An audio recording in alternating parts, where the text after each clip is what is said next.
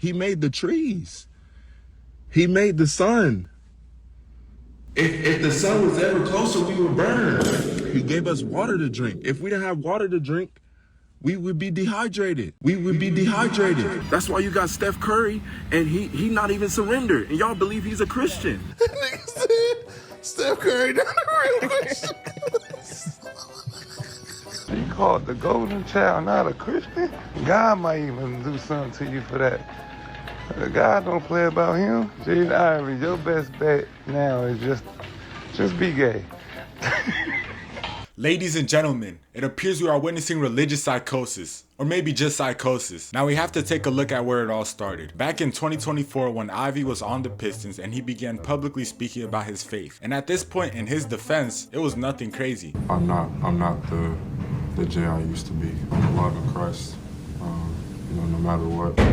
He was just speaking the truth and what he believes in, which is fine. I'm all for American rights and freedom of speech. I don't discriminate on nobody's religion or beliefs, but it has gotten out of hand recently with the comments he has been making and dragging Chef Curry into it for no reason at all. Something is clearly not going right in his mind, and for whatever reason, he's expressing it through Jesus Christ. But this brother is going through something. First and foremost, prayers up to him, because it's very clear that he's going through some shit and he needs some help. And he gave some quotes yesterday that will live on through the rest of this NBA season.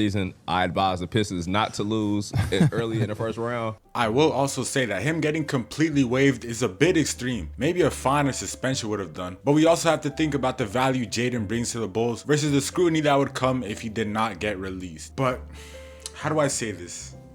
When you're a player of a certain caliber, you get away with things like this. For example, look at these queer ass niggas, man.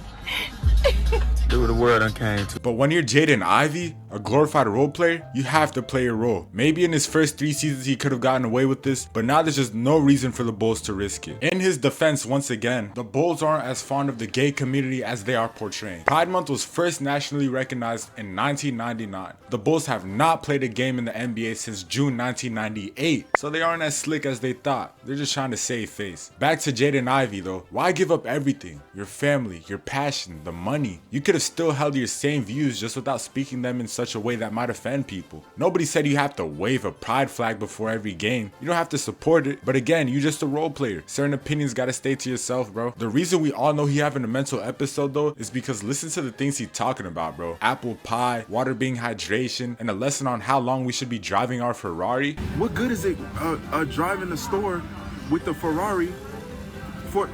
You only get to drive that Ferrari for the time being. You're not gonna sit and drive the Ferrari for 10 hours. I hope this man can find his way back to the league. Like Nick Young said, just say you gay if that's what it takes, but you've lost enough, man. Yeah, so they did something to his food on the plane. You don't never supposed to eat the steak. Don't eat the food. Don't eat the meatloaf they give you on the plane. That's what it is, y'all. Why, my wife in here and she not even texting me. I feel you, bro. I've been there.